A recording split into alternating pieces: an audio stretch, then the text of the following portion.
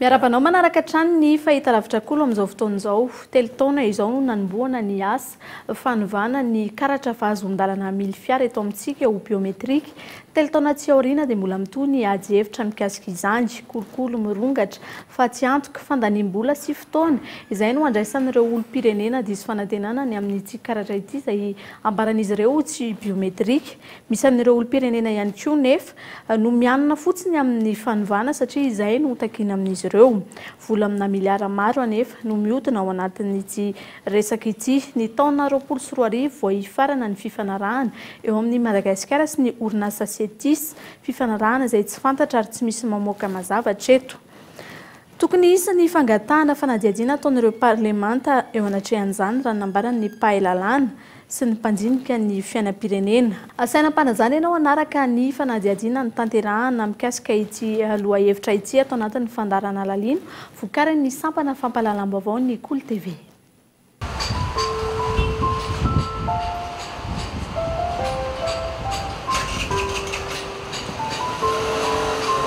Telo sasany maraina anao dia efa miala any an-trano dia aka numéro. Le numéro amin'io raha voatary anao ny amin'ny dimy dia efa tsy mahazo. Ka raha ohatra anao tsy te hifoha maraina dia nisy business na numéro tamin'izany tany amin'ny taona faraparany taona 2024 tany. Dia na ianao mividy eo anelanelany 7,000 ka hatramin'ny 5,000 sy ray alina numéro anankiray zany. Izay zany le sara le mifoha maraina. Mahazo numéro ianao fa mbola afaka ray volana vao anjaranao ny raisiny. Tsy maintsy tonga ianao fa raha vao tsy tonga amin'iny andro iny ianao dia maka numéro hafa indray. Mbola misy filaharana lava be indray manomboka amin'ny 7 maraina ka hatrany amin'ny 1,12 sasany any ianao zay vao voaray. Dia eo no jerenao hoe complet sa tsy complet ny dossier anao dia mandoha vola ianao dia izay ianao vao mandeha alaina sary. Voalohany indrindra le vola alohanao efa lafo 7,03 alina be izao.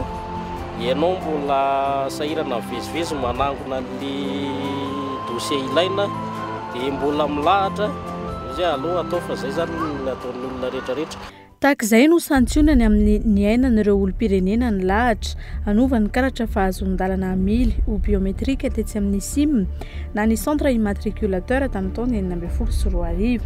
Raha iverenana ny tantara tany amin'ny 17 oktobra 2024 no nanapa-kevitra ny hanova ilay karatra fahazon-dalana mily miloko mavokely ho biométrique ny fanjakana malagasy. Ity karatra mavokely ity izay nampiasaina teto amin'ny firenena nandritra ny 20 taona mahery. Ny orinasa tsy miankina setis no nandrombaka ny tsena 7,3 alariary ny saran'ny fanovana. Ny alana amin'ny osika no anton'izany raha ny fanazavan'ny ministra ny ady tany tamin'izany fotoana Mahafaly Soronandrasana sy ny lehiben'ny ivitoerana SIM Metsy Amboda. Intelo no efa nahemitra ny feim-potoana farany ahafahana manao ny fanovana. Raha tokany ny faran'ny volana Jona 2024 teo no feim-potoana nambaran'ny teo anivon'ny SIM sy ny ministeran'ny ady tany farany ahafahana manao ny fanovana dia nihitatra ao amin'ny faran'ny taona 2024 indray io feim-potoana io.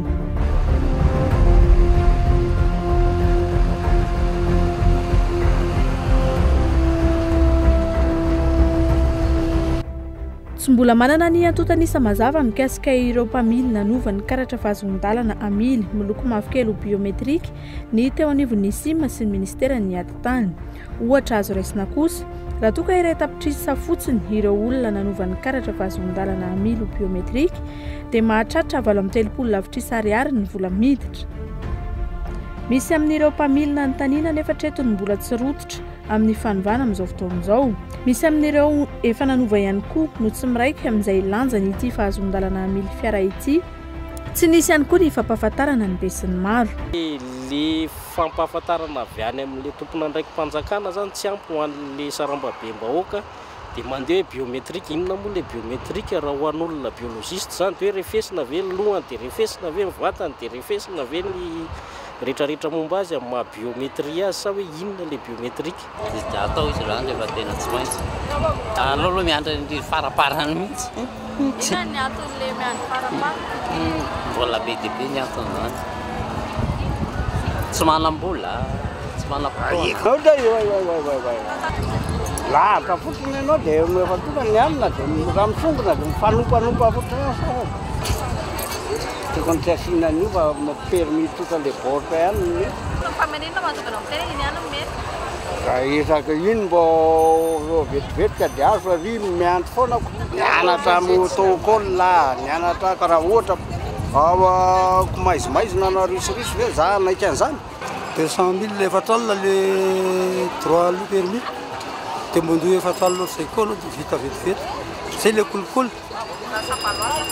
fa raha mandeha amin'ny ara-dalàna ohatran'ny anay dia le efatra alina le aloha dia vita dia na teo amin'ny 3 mois teo vao vita nisy zavatra vetivety eny e indimy maka sary izy trakotrakotrako ohatran'izay niretsahako aminareo zay dia vita le sary dia atsofony amin'le ordinateur l'izy tonga dia mivoaka le permis vita hatramina médical iny hitan'le ordinateur dao zay dia vao mahavita olona ray raha ny tena marina zany amin'ny 5 minutes eo izy mahavita olona anankiray 5-4 fa le tsy izy taratasy ihany dia olona le kolikoly satria le olona zay raha anatsy mavezivezy aty tsony enay ne tamin'izany matory ihany mihitsy tenay e nomboka amin'ny 2 ariva dia rapitso amin'ny 20 sasany vao vomboko ro misy na ovaina na tsy ovaina mitovy foana io azonao fa fitadiavam-bola amin'ny fanjakana nanaovana an'io zay fahitako an'le izy ohatra ny vola io nen'olona zao ny any amin'ny tany mandroso ny vola jereo zany zarany raha io anefa neto amintsika ovaina foana mba hanaovana an'le adikile Ina mahatonga raha amin'izay tena fitadiavam-bola amin'ny fanjakana le izy. tsy madio mazava ho azy ina le inona ny antony hanovana izy hatramin'izay izy ange mety foana izy ary le ao koa lany le taratasy kely le fanovana izy dia le sain'zareo miandry foana niteraka resabe ary mbola mitohy hatramin'izao ny mikasika ny hoe tena biométrique tokoa ve ity fahazon-dalana mily ity. Maro ireo fanankianana nivoaka tamin'ny haino aman-jery sy ny tambazotra tserasera samihafa fantatra ihany koa fa tsy manan-kery an'i Frantsa ny permis biométrique vokariny eto Madagasikara afa-tsy ny an'ny mpianatra.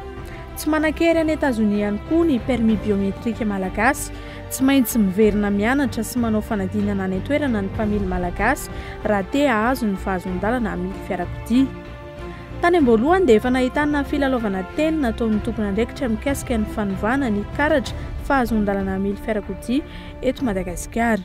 Hiditra amin'izay hoe permis de conduire sécurisé zay tsika kely dia kely izy ity kely izy fa ny ao anatiny zany tena be da be ady atao ihany koa zany amin'le kolikoly na hoe le olona afaka manao hoe faux permis tsisy zavatra alohan'ny fanjakana mahakasika ny installation ny matériel rehetrarehetra na reto fitaovana omena ny mpanjifa reto fa zareo daholo manolotra azy fa ny ampanjifa izy no maka ny sarany zay tokony tamberibidy zay tokony ho azy zany rehefa tapitra zay contrat zay zany miverina amintsika malagasy lasa fananatsika tanteraka zany fananana zay apetraky ny setisy zany. Tamin'ny nanaovana ny andrana tao amin'ny sim ny fiandohan'ny ity tetika saity nandeha tsara ny andrany nipoitra ny laharan'ny fahazon-dalana amily ananan'ny mpamily natao andrana tamin'izany ny an'ny mpanao gazety sy ny an'ny praiminisitra Rafaly. Fotoana fohy taty aoriany ny firosoana tamin'ny fanovana ny fahazon-dalana amily fiarakodia biométrique dia natao ny fanamariana maha biométrique azy taty ivelany. Tsy nisy ny mombamomba ny tompony na ny laharan'ny permis nivoaka.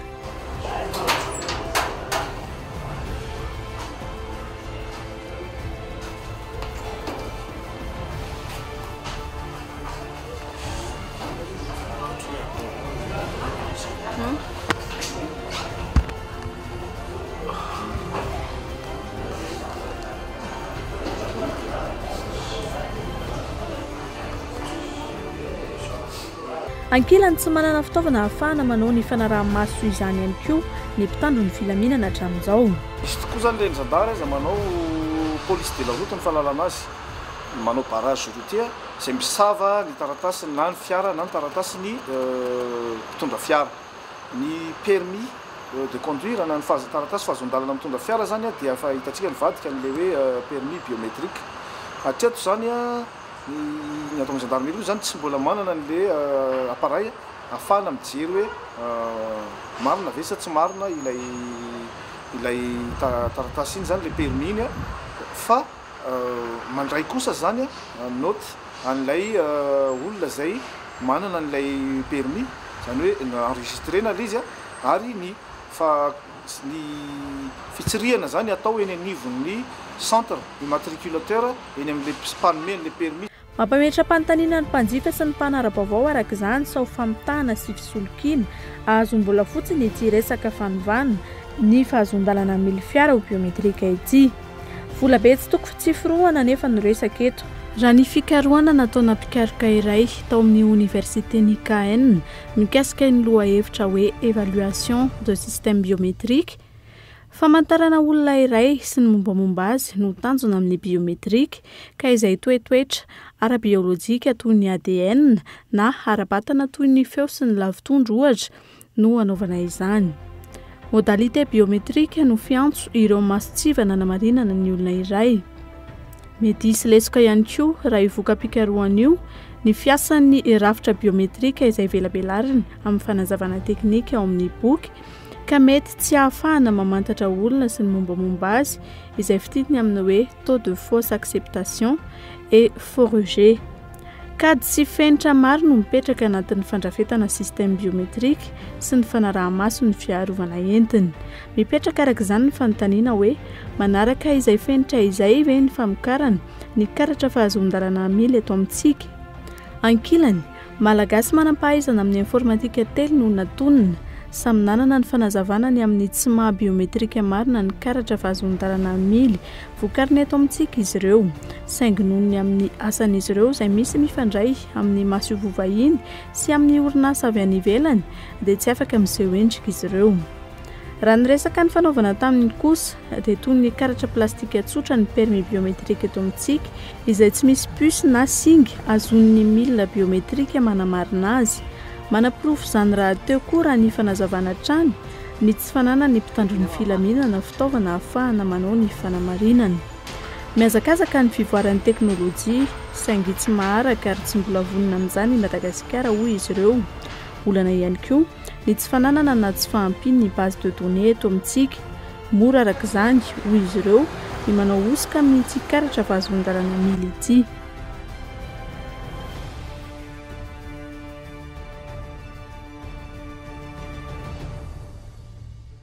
Araka izany, tsy tena biométrika araka ny fampanantenana natao ho hiatrana izy ireo ny karatra fahazon-dalana mily vokarina eto amintsika. Na izany aza, ny fanotofana ny laharana andro sy alina ny fanovana ity fahazon-dalana mily ity teo anelanelany taona 2024 hatramin'ny taona 2024 satria izay napetraka ny fanjakana. Tao anatin'izany no nahitana trangana kolokolo sy fanararaotana maro raha nambarany ny voamiarana nasionaly mahaleo tena misahana ny zon'olombelona. Akoatran'izany koa betsaka izany ireo mpiasan'ny ivotoerana mikarakara an'izay fanovana ny fahazon-dalana mily fiarakodia sy ny carte grise izay no ohatrany lasa hoe voatonontonona sy voasaringotra izany amina resaka hoe trangana kolokolo maro isan-karazany satria hita hoe mivezivezy be, mifandray be tamin'ireo olona anao an'izany taratasy izany dia rehefa nifandray be tamin'ireo izy dia nisy ny fitarainana hoe misy mifandraisana vola raha ohatra ka tamin'izany ataontsika hoe latsaky ny 4,000 ariary manova ny permis de conduire dia nanao ny carte grise taratasin'ny fiarakodia teo amin'ny 5,700 ariary teo dia misy tafakatra hatrany amin'ny ataontsika hoe 2 hetsy ihany no nanao carte grise dia tonga hatrany amin'ny 2 hetsy tany ny fanaovana ny fahazon-dalana hanova n'le taratasy fahazahoana mamily fiarakodia. Dia nahoana zany tsy maintsy misy ihany ny hoe zoany tsirairay voakitsakitsaka teo anivon'izany. Dia nisy commissaire anankiray teto anivon'ny CNDH moa zany nandeha tany mihitsy izy nijery fotony nanao karazana fanadihadiana lalina investigation angamba ilaizantsika anazy satria dia ohatran'ireny olona hanova taratasy ireny mihitsy nandeha nanontany hoe hanova permis hanova fahazahoan-dalana mily fiara dia nahita an'izany trangana kolokolo zany. Tsy hoe teny miampita io na hoe siosindresaka eno zany fa tena zavatra hita. Dia ny lalàna moa zany mametraka ny CNDH lalàna 4,2 tsipika ohatraohatra 7 dia mametraka hoe anjaran'ny CNDH manao fanairana mameny heviny mba hoe ampijanonana ny tranga tahaka an'izany. Efa nisy ihany koa ny fanadihadiana nataon'ny birao mahaleo tena misahana ny ady amin'ny kolokolo teo anivon'ny SIM. Izy ireo izay niara-niasa tamin'ny fiarahamonim-pirenena 2 tao anatin'ny tetikasa aika hijerena ny kalitaon'ny tolotra omena ny vahoaka sy ny fahadiovan'ny sambatra ara-panjakana mandritra ny taona 2024.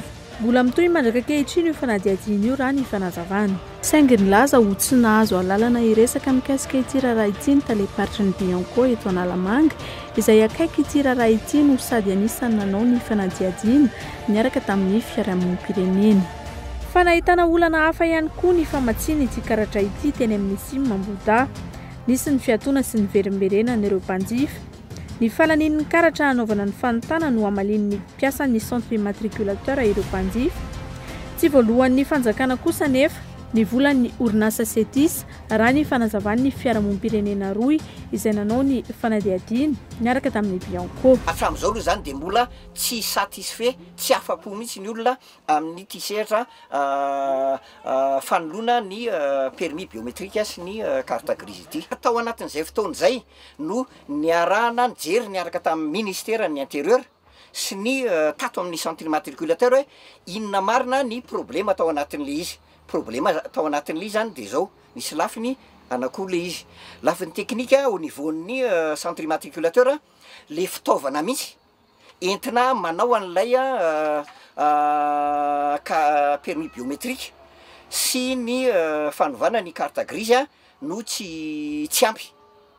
Ary ny faharoa lay fournisseur an'le carton zay avy any andafy no ny antony tsy fandoavan'ny tsy ny fandoavan'ny fanjakana vola ara-dalàna dia lasa niembotra zany lay fomba anomezany zareo an'le carton de mazava be zany fa ny aty eto ny fanjakana manesika ny mpanjifa anao aingana ny anentsika le fotoana tokony eritreretiny zareo vonjena ny zavatra ao anatin'le fanaovana fanatanterahana izy nefa tsy ampy de tonga de miseho le fomba fanao ratsy sy ny kolikoly dia misy lay panera de le panera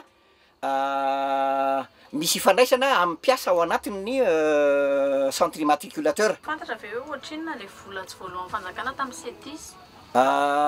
Ilo zany tsy fantatra izy satria nangataka mihitsy zay ambany Bianco zany fa tsy nomeny tsy afaka nanome anjay zareo. Sady tsy nanome zany zareo no milaza hoe tsy afaka hanome satria tao anatin'izay fotoana 2015 ka hatramin'ny fotoana ny elany ny andramatoa prime ministre Solona Andrasana Olivier nangataka fihaonana am'izay fa tsy niraisiny mihitsy. Misy fotoana nefa miaona eny amin'ny seritry ny zavatra hafa eny miteny izy hoe malalaka mivaravarana nafahana maraisana société civile tsy niraisiny mihitsy zay tao anatin'le izy niezahany anangatahana mihitsy zany lay contrat miaraka tamin'ny Bianco fa tsy nomeny zareo mihitsy. Misy tale DIA moa izy tsy tadidiko tsara na inona lay madama ao zay tsy tapany zany le izy tsy afaka nanapa-kevitra izy hoe ame an'le contrat fa tsy nomena anay mihitsy zany lay izy sady tsy nomena amin'ny Bianco le izy dia zay ny anisan'ny zavatra tsy isiny lay mangarahara ao anatin'ilay sehatry le asa nefa vola be ny miodina ao anatin'le izy. Ankoatra izay tsy misy mipika ihany koa ny fifanarahana marina misy eo amin'ny Madagasikara sy ny orinasa setis mamokatra ny karatra fahazon-dalana mily vaovao eto amintsika. Hatramin'ny taona 2024 no efa niezaka nanontany ny votoatin'ny fifanarahana io ny mpanao gazety ny Kolo TV FM saingy tsy nisy nanome fanazavana ny tompona andraikitra voakasika. Niezaka nitady fifandraisana tamin'ny ministra ny atitany teo aloha sady prime ministra ihany koa izahay saingy tsy nahazo mbaliny. Ny fanadiadiana natao no nahafantarana fa ny taona 2024 no ifarana io fifanarahana io ary mbola azo avaozana. Tsy nisy ihany koa raha ny fantatra ny tolobidy na iraisam-pirenena na teto an-toerana. Mpandraraha iray manana fifandraisana akaiky amin'ny fitondram-panjakana no voalaza fa tompon'antoka tamin'ny fahazoan'ny orinasa tsy miankina setis mitsena. Niezaka nanantony olona ihany koa izahay saingy tsy misahana izany andraikitra izany intsony izy raha nanambara ny tompona andraikitra ny seraserany fa ezahana hitadiavana fotoana amin'ny manaraka saingy tsy nisy io fihaonan'io. Raha ny loharanom-baovao azo manana petrabola ao amin'ny orinasa setis ary miara-miasa amin'ny mpampiasa vola vahiny ity mpandraraha ity izay kandida ny latsaka ho vidiana ho filoham-pirenena ankehitriny. Raha ny loharanom-baovao ihany koa talohan'ny fotoana na ministry ny atitany teo aloha Anandriamatoa Mahafaly Solona Andrasana no nanaovantsiny ity fifanarahana ity. Fanontaniana maro no mipetraka sy ilana fanazavana eo anivon'ny ministeran'ny atitany mikasika ity raharaha ity. Isan'izany ny votoatiny izay tena ny fanarahana marina. Tsy nahaloa vola tamin'ny setisy tokoa ve ny fanjakana malagasy? Inona no antony tsy nanafoanana ny fifanarahana raha toa ka nisy ny olana? Ny mikasika ny resa-bola sy ny lalana nalehany sy ireo maro samihafa. Nanatona teo anivon'ny Sim Mamboda nitady fionana tamin'ny tompon'andraikitry ny setisy eto Madagasikara sy teo anivon'ny tompon'andraikitra isan-tsokajiny teo amin'ny ministeran'ny ati-tany izahay, saingy nilaza ho tsy manana lalana iresaka amin'ny mpanao gazety avokoa izy ireo. Tsy nisy valiny ihany koa ny fangatahana fionana tamin'ny minisitra tompon'andraikitra. Mety afaka mba mahazo information fotsiny ve zay raha ohatra hoe tsy anao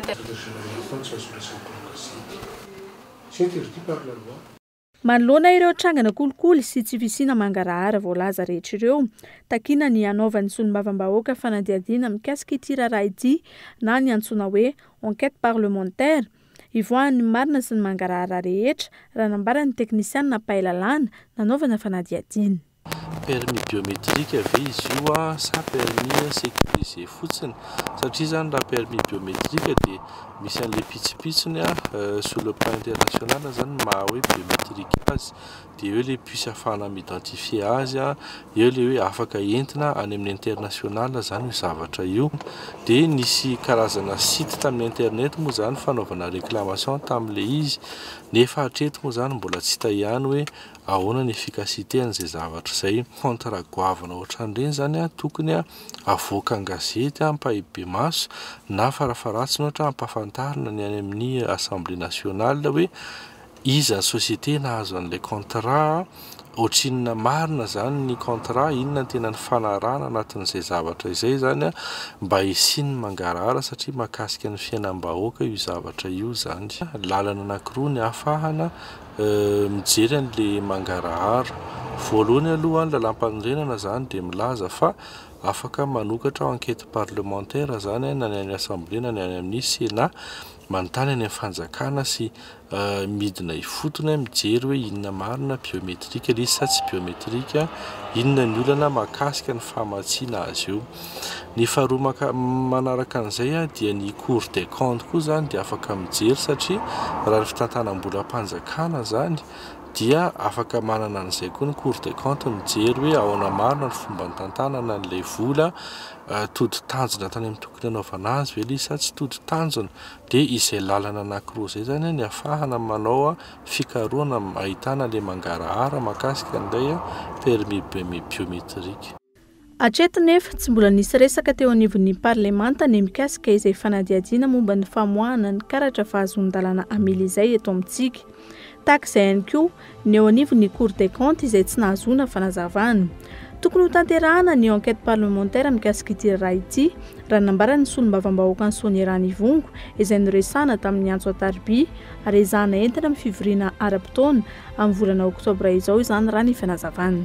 Teboka maro araka izany raha ny fanehoan-kevitra ireo mpisehatra samihafa nanaovana fanadihadiana no mbola ilana fanazavana amin'ny tompon'andraikitra sy mila simpanovana amin'ny fitantanana ny sampatra-raha-panjakana samihafa eto amin'ny firenena ahafahana mandroso amin'ny fahaiza-mitantany isiany mangarahara sy ny tany-tandalana izay ambetindresaka ankehitriny. Efa nivoaka rahateo ny feo ny amin'ny hanovana ny kara-panondro-pirenena ho biométrique ihany koa ka tokony anatin'ny mangarahara hatrany no anatanterahana izany raha toa ka hirosoana marina. Fantatra ihany koa rehefa nivoaka ofisialy fa hiroso amin'ny fanovana ny kara-panondro-pirenena ho ultra sécurisé isika araka ny nambaran'ny ministry ny ati-tany vaovao. Isorohana ny fanaovana osika isy ny filigrane manana endrika losange, isy ihany koa ny fibre azo tarafina amin'ny jiro ultraviolet ary isy ny rindra afenina ihany koa. Isan'ny andrasan'ny mpanara-baovao anatin'ny firosoana amin'izany fanapahan-kevitra izany ny mangarahara amin'ny lafiny rehetra.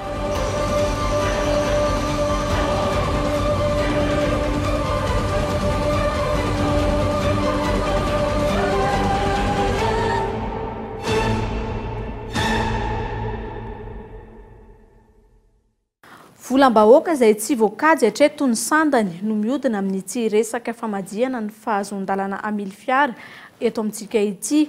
Misy ny fanatsarana mbola atao anatin'izany raha nambarany tompona andraikitra eo anivon'ny centre immatriculateur etsy Ambohidana ny SIM. Misy ihany koa ny fanatsarana ny fomba fiasa eny anivon'ny sambatra ara-panjakana izay efa naroson'ireo mpisehatra samihafa toy ny CNIDH sy ny fiarahamonim-pirenena. Mifarana eto ny fanarahanao ny fandaharana ALALINO tamin'ny tsy androany ity. Antenaina fa nahafahana nanazava ny zava-misy amin'ny tsirairay avy izany na ny olom-pirenena tsirairay manjifa. Fa indrindra ihany koa ireo tompona andraikitra afaka hanitsy sy handray fanapahan-kevitra manoloan'izany.